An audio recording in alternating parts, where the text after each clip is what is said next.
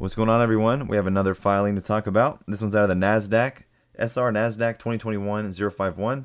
Notice of filing and immediate effectiveness, again, of proposed rule change to amend General 9, Section 18, which is the section called Payments for Market Making. So this one, again, was filed and effective immediately. It's sitting on public inspection right now on the Fed Register and should be approved and implemented by tomorrow. If they are granted the exemption that they're requesting in this filing, which we'll go over in a second. So before we begin, I just wanted you to take a look, and I'm excited to see the data for yesterday. But if you look here, look at the ADF and the TRF. It's actually been going down. We lost 2% on the TRF Carteret, almost 6%, or a little bit over 6% in the ADF after all these filings have been coming out for market share. So hopefully it's going to continue to have an impact. But yeah, this seems to be the crux of the issue. So the purpose of this basically is to amend the rules to adopt FINRA's version of this policy, which will prevent market makers from receiving compensation or other payments from an issuer for quoting or making a market in the issuer's securities, and to assure that the members act in an independent capacity when publishing a quotation or making a market in an issuer's securities. So basically what they're saying is that they want market makers to act in the best interest of the, retail investor, not private interests from issuers like, ETF security baskets, things like that. Now, this is the important part I was talking about here. The exchange will separately request an exemption from this rule filing of Section 19B of the Act and requesting to incorporate FINRA Rule 5250 and the definition of affiliate and the related definitions within FINRA Rule 5121 to the extent that General 9, Section 18 is affected solely by virtue of a change to the FINRA's rule. Now, the exchange proposed a rule change.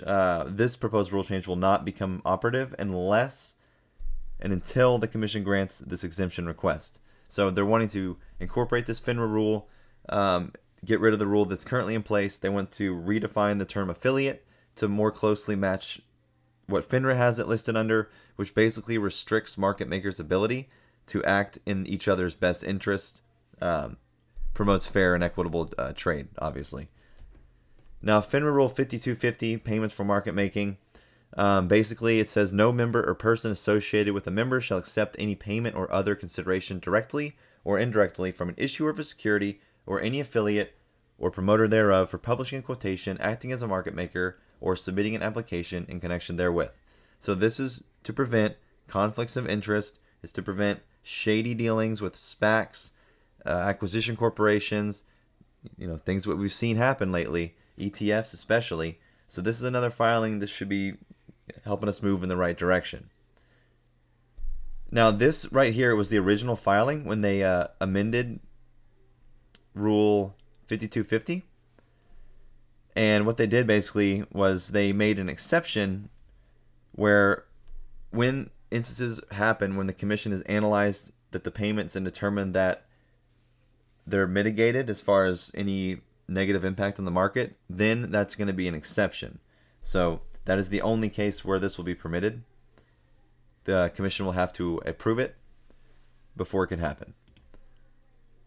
So in essence, the NASDAQ is following suit of FINRA and adopting FINRA's 5150 exception. If payments were permitted, this is a quote from a filing back in, I believe it was 2017. If payments were permitted, investors would not be able to ascertain which quotations in the marketplace are based on actual interest and which quotations are supported by issuers or promoters.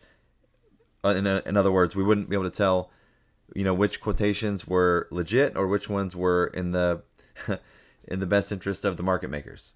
So this structure would harm investor confidence in the overall integrity of the marketplace. So this will hopefully combat that. And what does this do? It's going to improve market quality, market depth, and or liquidity of securities traded on such exchange, the biggest problem that we all know. So here we go again. NASDAQ's coming out, joining the fight to increase liquidity and market depth. Let's go. We have one more to talk about.